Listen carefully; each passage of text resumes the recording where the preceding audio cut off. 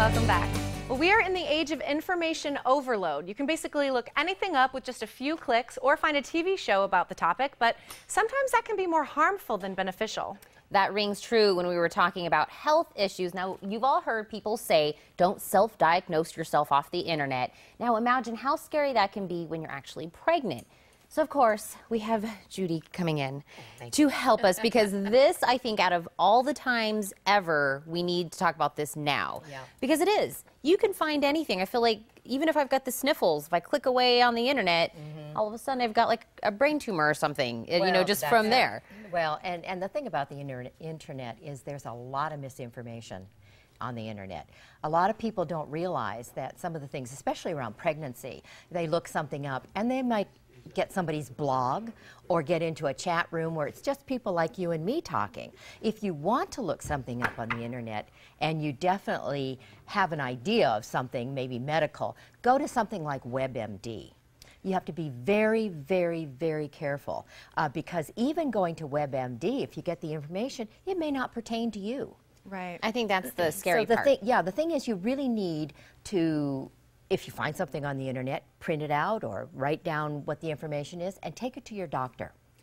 That's great advice. Because, you know, the internet's fun for things like the Chinese gender chart.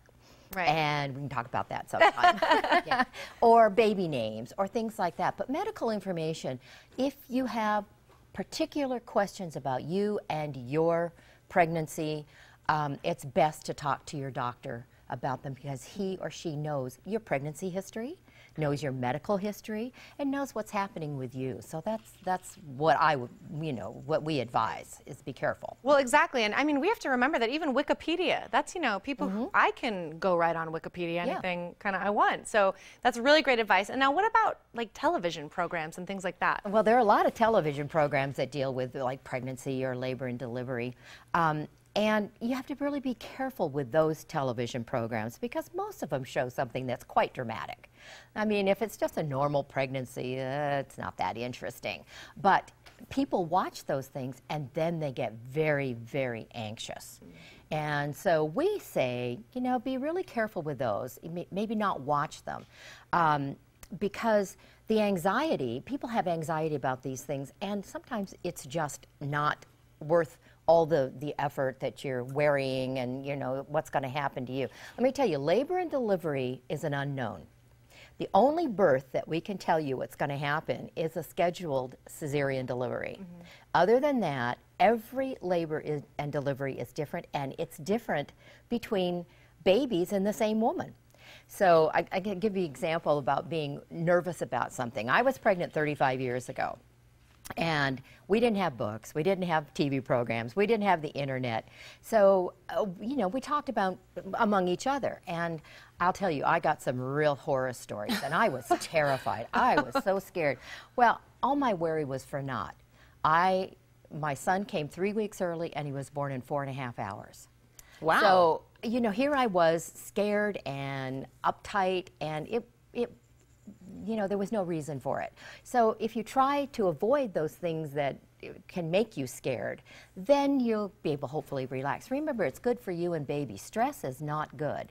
And when you're worrying or when you're anxious, it's very stressful. So if you have questions, it's good to have questions, but talk to the people who can give you the information that's pertinent to you. So, okay, what about, I know TV shows, we're talking about internet, what about the birthing videos that you can watch? Did you and maybe your significant other sit down and watch these? No, they were not available. We didn't even, I mean, videos weren't even available when I was pregnant. They didn't come out till a couple of years later. It's whether you really want that, you know, the, how do you say, the raw experience of it. It can be frightening, and you know, some people, it's okay. They don't mind seeing those things, but other people get really uptight with them. So I have to tell you, I saw in school, you know, one of those birthing videos, and I was convinced for like 2 years I was never going to have children because it was that traumatic. It is traumatic. So I can see why that would be smart to maybe stay away from, especially if you are a pregnant woman. You probably have already so much anxiety that you're dealing with. And remember that you're going to have these hormones with mood swings, and they're really affecting your emotions. So some of those things can really, really affect you much more than they would like when you were in school. Yeah, exactly. So what you're saying is let your experience be your experience. That's right. Don't watch other people's and think, oh my gosh, is that happening to me? That's going to happen. Check with your doctor. That's right. If you have questions, ask your doctor. He or she knows you and your pregnancy history. So. And other than the doctor, we also have these fabulous books of yours that we're going to tell our viewers how to get. Yes. Judy, thank you so much for joining us this morning. And if you want to learn more about your pregnancy and Judith's series of books, just go online to yourpregnancy.com.